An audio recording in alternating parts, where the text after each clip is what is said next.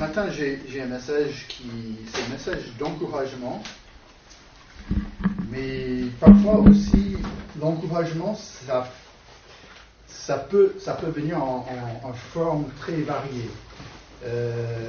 Vous allez voir le médecin, il dit ouais, je suis désolé, mais vous êtes gravement malade. Et là, il dit, oh, quel encouragement. Mais je connais la solution. Donc c'est parfois ça l'encouragement.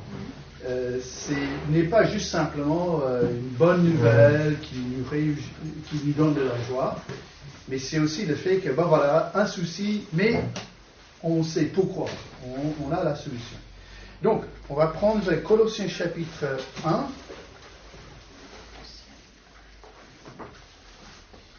Et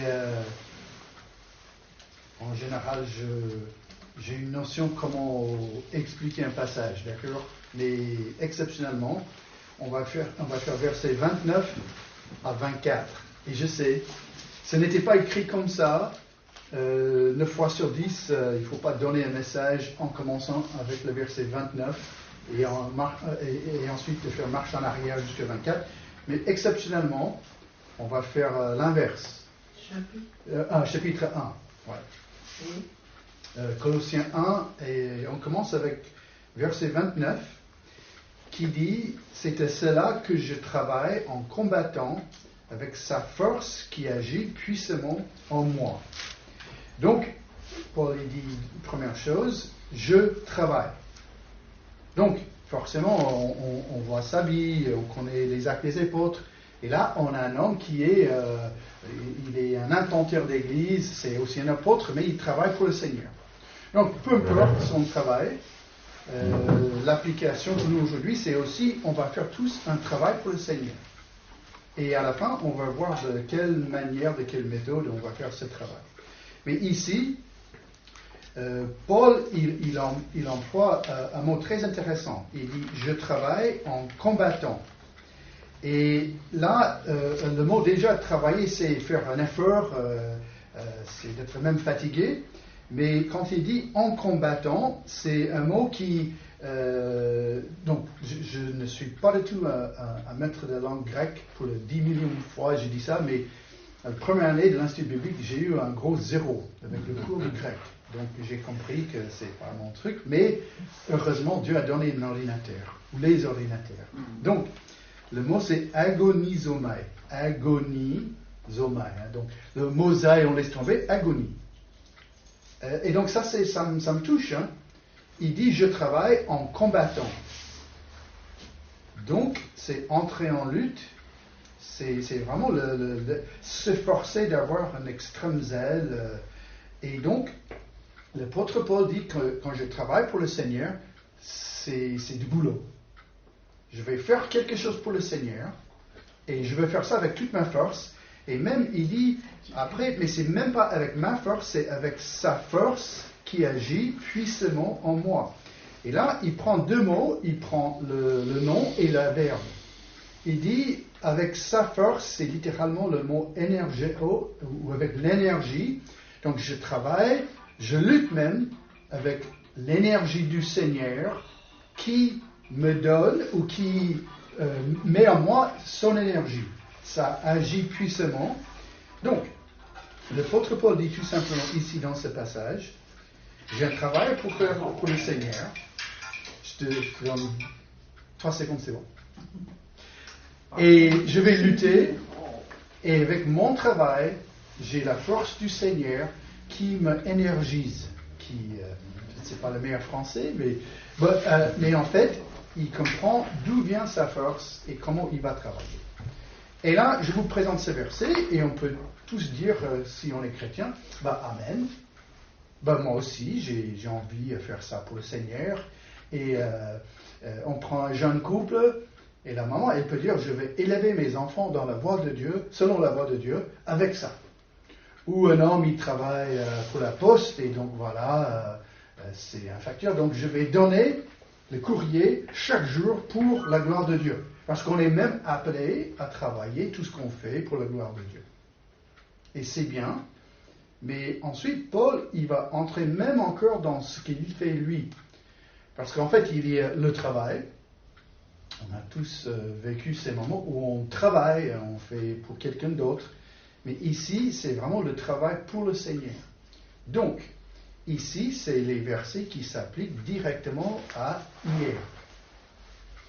Hier, devant la porte là, quand vous donnez une Bible, quand vous donnez un traité, quand vous donnez quoi que ce soit, quand vous parlez de Jésus, on entre beaucoup plus dans le travail qui est ici.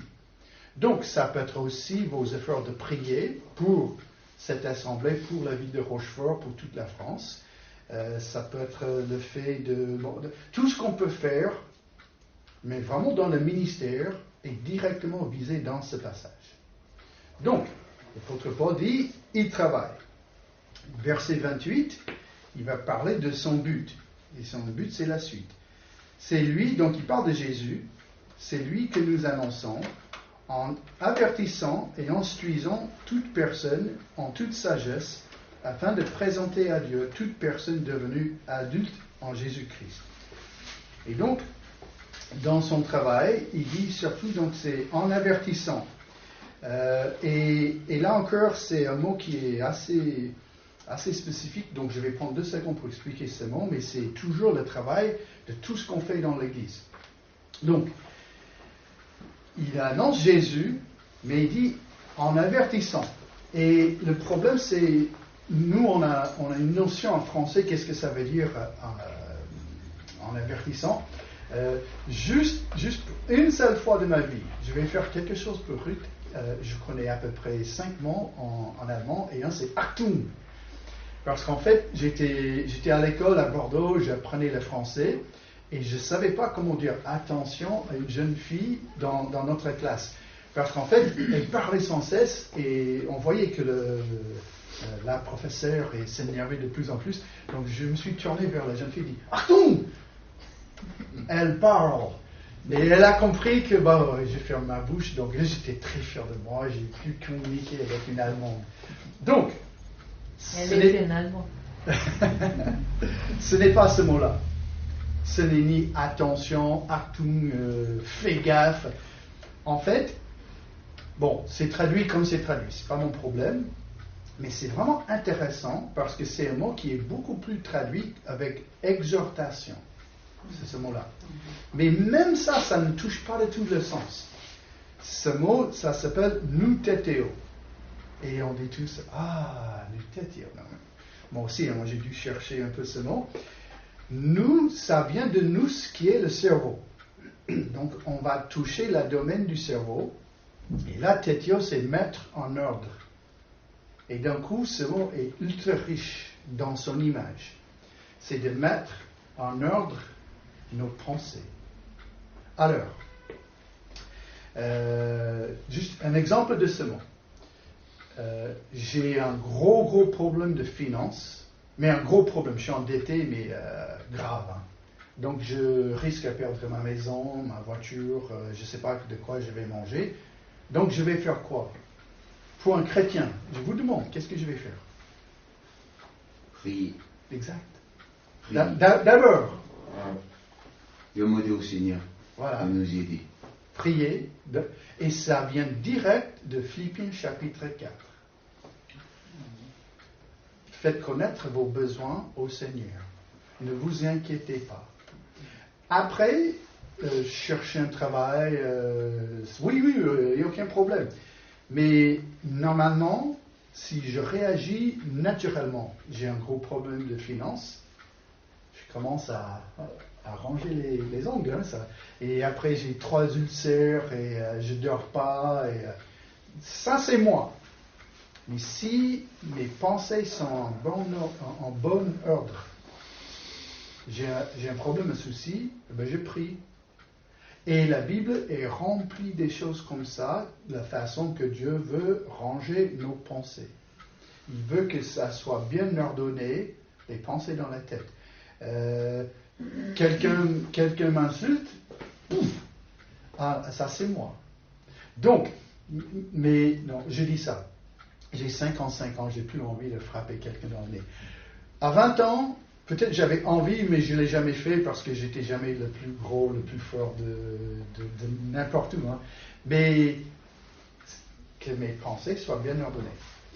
C'est Jésus que nous annonçons en avertissant, mais vraiment en donnant les bonnes pensées et un enseignement à toute personne afin de présenter à Dieu toute personne devenue adulte en Christ. Et le but de son travail, c'était de voir la maturité et la croissance spirituelle dans l'Église. Donc, encore, ce matin, ça tombe sur moi de vous donner ce passage, qui, j'espère, ça va faire cet effet avec vous, mais dans nos prières, dans nos encouragements, nos coups de fil, tout ce qu'on fait dans l'Assemblée, on voit le but. C'est que dans l'Assemblée de Jésus, il y a une croissance, une chose qui se passe.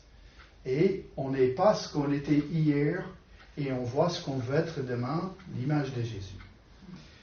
Ensuite, dans le verset, à partir du verset 26, le mystère caché de tout temps et à toute génération, mais révélé maintenant à ses saints.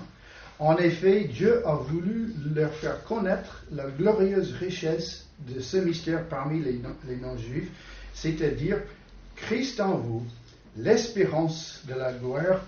Et là, il arrive vraiment au message, au centre de son idée.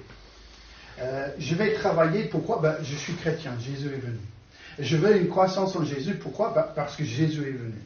Et quand il dit mystère caché, ce n'est pas l'idée de quelque chose de mystérieux, qui est un peu effrayant. Non, en fait, c'est quelque chose qui est, donc le mot caché est essentiel.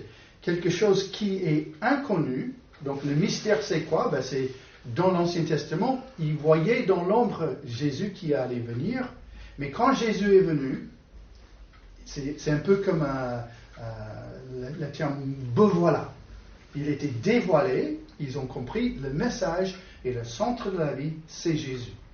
Et donc, quand il a Jésus, il veut prêcher Jésus partout pour la croissance spirituelle, et ça, c'est son travail.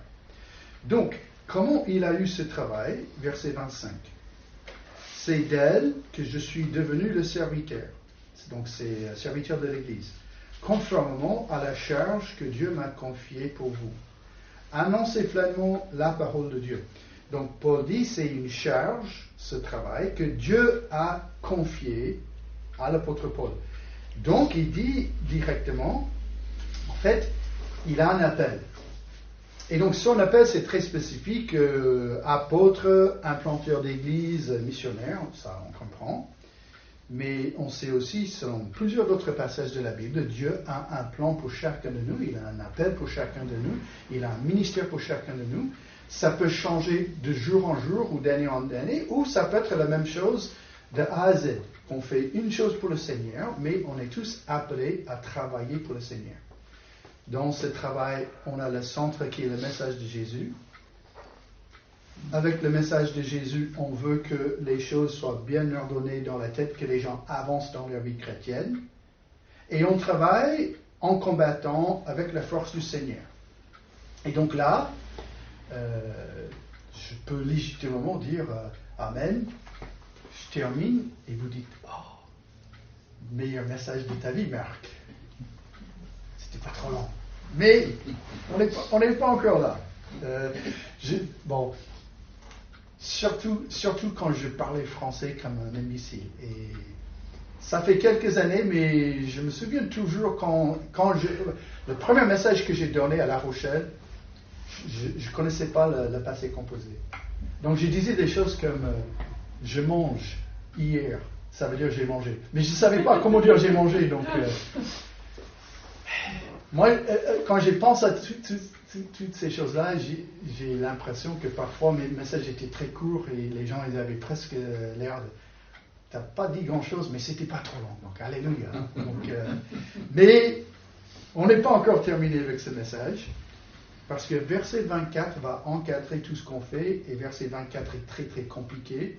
Verset 24 a fait couler de l'encre depuis des siècles, parce que c'est vraiment un verset difficile. Parce que là, il va donner pour moi la clé de tout ce qu'on vient de dire là. Voilà, il dit, je me réjouis. Donc, on arrête là pour le moment. Je me réjouis. Ou, je me réjouis. On sait de quel visage va avec la joie. j'ai la joie du Seigneur. Ça se voit, n'est-ce pas?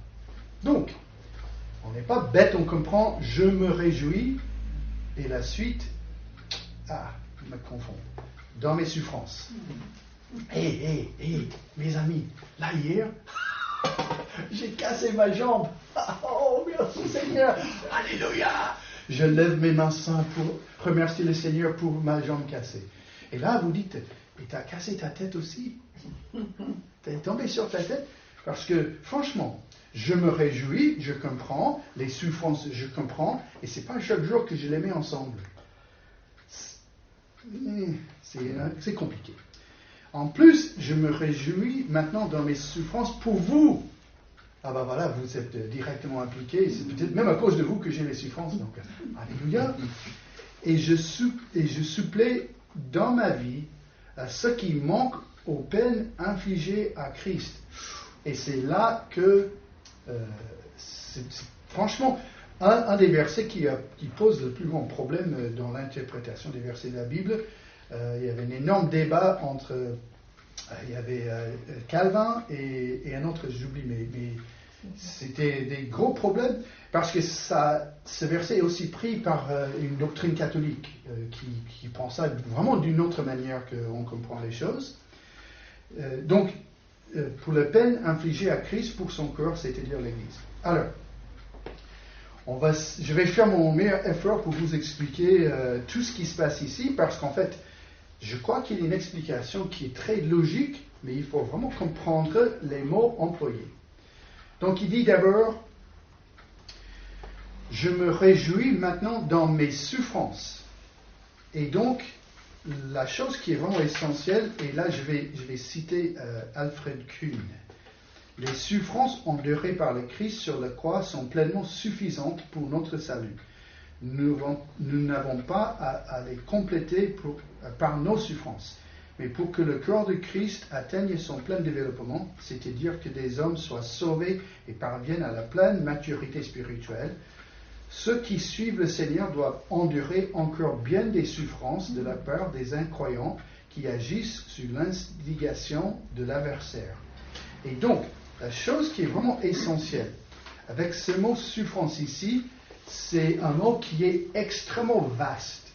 C'est un mot énorme, c'est-à-dire, ce mot souffrance, ça voulait dire tout simplement une pression. Donc, tout ce qui peut être compris comme une pression ou une difficulté dans la vie, Paul, il parle ici de ses souffrances.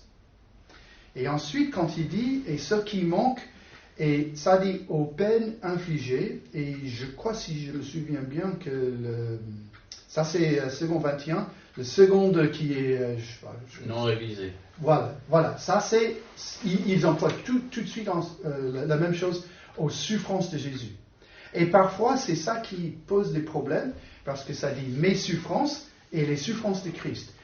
Et je comprends, les deux ne sont pas pareils. D'accord? Ça, c'est... Oui. Je voulais juste dire que par rapport aux souffrances que notre roi a eues, un homme parfait, sans défaut, avec les qualités de son Père, c'est-à-dire notre Père céleste, et je ne peux pas comparer l'apôtre Paul à Jésus, parce que Jésus, lui, c'était un homme parfait, plein de bonté, qui avait les capacités de tout faire, et qui a été la rançon de son Père pour que nous, simples hommes, nous puissions avoir la vie éternelle dans son paradis qu'il nous a promis. Et l'apôtre Paul, oui, c'est vrai qu'il a beaucoup souffert, mais Jésus, c'est notre roi, ouais. C'est notre juge, c'est le roi du royaume de Dieu. Il a été intronisé. Et quand il disait, excusez-moi, quand il disait... Non, attends, parce que tu es en train de prêcher la fin du message. Attends, excusez-moi. C'est pas grave. Excusez-moi, excusez-moi, j'ai voulu intervenir, excusez-moi. Non, mais c'est tout... J'aime bien quand... Ouais. Moi, mon père était pasteur aussi, ouais. Mon frère est pasteur et tout, j'avais 24 ans que je suis dedans, et j'ai appris en lisant souvent la Bible. Et je vous laisse dire. Ouais, excusez-moi. Non, mais tout le problème est là, c'est que d'un coup, ça dit de ce qui manque aux peines infligées de Christ. Non, mais Jésus, il a tout payé. Jésus n'est pas l'apôtre Paul. Jésus est le Fils de Dieu, il est Dieu. Et alors, qu'est-ce que ça veut dire, cette idée-là, que Jésus, il a fait quoi, la moitié, et maintenant je vais accomplir l'autre moitié. Et donc, tout est vraiment essentiel dans la compréhension de ces deux idées de souffrance. Là, Paul, il parle de ces souffrances comme tout ce qui peut être pression. Et quand il parle de souffrance ici, il change de mot, et c'est juste la peine physique. Donc, ça ne parle pas du fait que Jésus était pour un moment donné séparé de son Père, où il a pris sur lui tous ses péchés, tous nos péchés. Ça veut dire tout simplement que Jésus, à un moment donné, était frappé. Donc, tout est là. Parce qu'en fait, il dit après, donc, ce qui manque aux peines infligées à Christ. Et là, je vais vous lire un passage, parce que c'est très intéressant, parce qu'en fait, les mêmes mots sont employés dans un autre cas. Donc, on a dans Philippiens chapitre 2, un moment donné où Paul, il dit « J'ai estimé nécessaire de vous envoyer mon frère Épaphrodite, mon compagnon d'œuvre et de combat, par qui vous m'avez fait parvenir de quoi pourvoir à mes besoins. » Donc, l'apôtre Paul, il est en prison, et là, il sait qu'il y a un homme qui s'appelle Épaphrodite qui va amener une offrande qui était faite dans cette église pour l'apôtre Paul. Il dit, car il désirait vous voir tous. Il était fort en peine de ce qui vous aviez appris sa maladie. Il a été malade, en effet, et tout près de la mort. Mais Dieu, il a eu pitié de lui, et non seulement de lui, mais aussi de moi, afin que je n'eusse pas tristesse sur tristesse. Je l'ai donc envoyé avec d'autant plus d'empressement, afin que vous vous réjouissiez de le revoir, et que je sois moi-même moins triste. Recevez donc dans le Seigneur avec une joie entière, et honorez de tel homme. Et ici, c'est vraiment le point clé. Car c'est pour l'œuvre de Christ qu'il a été près de la mort, ayant exposé sa vie de supplier. Et ici, c'est dans le verset, dans notre passage ici de Colossiens chapitre 1, quand ça dit supplier, c'est le mot qu'on voit ici, je supplée dans ma vie. Donc, c'est-à-dire achever. Donc, Paul dit, je vais achever, je vais suppléer avec ma vie à votre absence. Donc, l'absence-là, c'est notre mot manque. Verset 24, chapitre 1 Colossiens. Dans le service que vous me rendiez. Donc, c'est-à-dire, Épaphrodite, son but, c'était d'achever, d'accomplir une mission. Et la mission, c'était d'amener l'argent d'une église, de l'église de Philippi, jusqu'à l'apôtre Paul. Donc, il va porter l'argent jusqu'à Paul, et pendant qu'il fait ça, il a eu une maladie. Il a souffert. Juste, il était à deux pas de la mort. Et donc, quand on a cette image, c'est-à-dire qu'il amène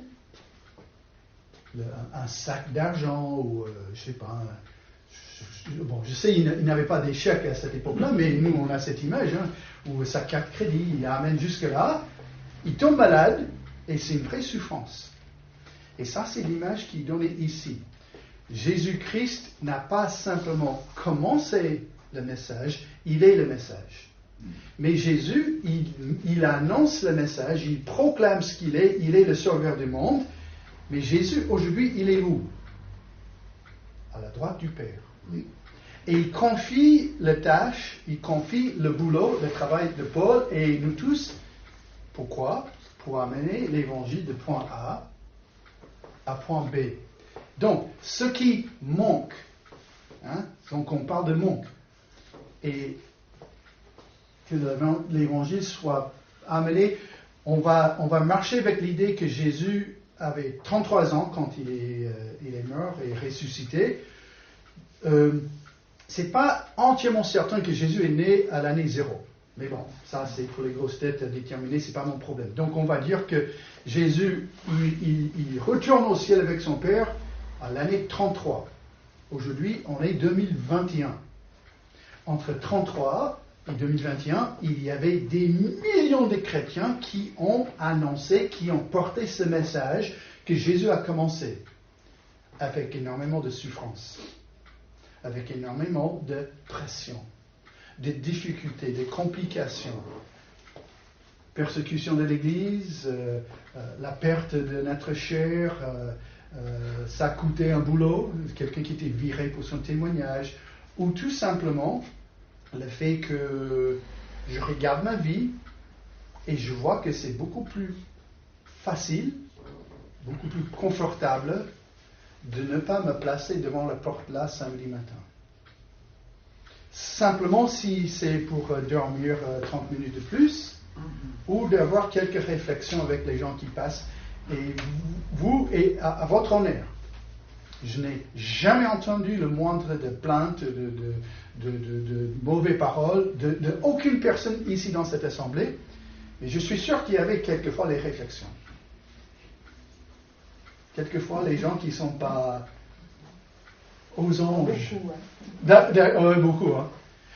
Ça s'appelle, pas beaucoup? Non, pas beaucoup. Mais de temps en temps. Oui, mais vraiment exceptionnellement. D'accord. Mais ça s'appelle une souffrance. Et je comprends, ce n'est pas la même chose d'être décapité pour le Seigneur. Je comprends. Mais le mot est vaste.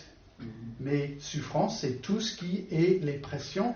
Et aussi, j'ai presque envie à boucher tes oreilles, mais je ne le fais pas. Mais si on est très honnête, Gilbert, il a pu faire beaucoup plus d'argent avec un autre boulot que pasteur. N'est-ce pas? Donc, est-ce que ça, c'est une souffrance de quelque part? C'est pas la fin du monde et on ne vit pas pour l'argent. Et en même temps, c'est quand même du vrai.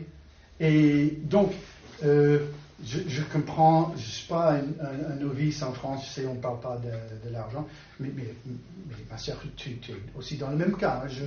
Parce qu'en fait, on n'est pas payé une fortune quand on fait le travail pour le Seigneur, et au ciel, on a nos récompenses. Donc, ça n'est pas le même type de souffrance de quelqu'un qui est décapité pour sa foi, et en même temps, si par exemple, au boulot, on reste solide pour la vérité, parfois on n'avance pas comme on veut parce qu'on n'est pas prêt à mentir, tricher et faire les mauvaises choses. Parfois, avec les voisins, quand on annonce Jésus, on sait que, bon, on est correct avec les voisins, mais après, c'est pas la même relation. On fait gaffe, lui, parce que Jésus parle tout le temps. Ces choses arrivent. Et quand ça arrive, Jésus a commencé le message, il est le message, mais il a fait ça avec la souffrance. Mais pour amener ce message de point A à point B, parfois il y aura une pression et parfois ça va coûter cher. Et donc, Paul, il dit quoi? Je me réjouis. Et c'est là où j'avoue que je ne suis pas toujours le bon modèle comme il montre là. Parce que je peux supporter et accepter pas mal de choses, certaines souffrances, mais après, je ne sais pas si, comme on dit, je ne sais pas si j'ai trop la banane. Ça, c'est... supporter sans se plaindre. C'est déjà pas toujours donné. Supporter dans la joie, c'est vraiment compliqué. Mais ensuite, on voit tout ce qui est derrière ça. Il est appelé, le message n'est pas lui, c'est Jésus. Il fait ça pour les autres, il voit la croissance spirituelle. Et à la fin, et c'est vraiment la clé, je travaille en combattant avec sa force, pas la mienne. C'est Dieu, c'est son Saint-Esprit qui réagit en moi, et c'est comme ça j'arrive de vivre la joie même quand c'est pas évident et j'ai une souffrance, une pression, une chose qui est compliquée. Il y a un commentaire biblique chercheur qui dit Paul se réjouissait des souffrances qu'il endurait pour eux et du fait qu'il avait part aux souffrances de Christ en achevant ce qui ce qui y manquait. Mais il ne voulait pas dire que le sacrifice que Christ avait consenti sur la croix était insuffisant. Car il ne parlait du salut, mais bien du service. Les souffrances de Christ sont seules à produire le salut. Mais c'est un privilège pour le croyant de pouvoir souffrir pour Christ. Le mot souffrance ici, donc ce n'est jamais lié avec cette idée de la mort de Jésus, mais qui parle de détresse, pression, trouble, que Paul ne certes pas manqué de connaître en abondance. D'ordinaire, ce terme fait référence aux épreuves de la vie et non aux douleurs de la mort. Christ continue en fait de souffrir parce qu'il participe aux souffrances que les chrétiens endurent pour lui. Rappelons-nous qu'il avait demandé à Saul sur le chemin de Damas, « Pourquoi me persécutes-tu » Étant donné que l'Église est le corps de Christ, il est touché lorsque celui-ci est atteinte. Ainsi, pour le plus grand bien du corps de Christ, Paul était prêt à souffrir. C'est énorme quand on pense à ça. Jésus nous a laissé un modèle, et dans ce modèle, parmi les choses qu'il a acceptées, lui, il a accepté avec joie ses souffrances.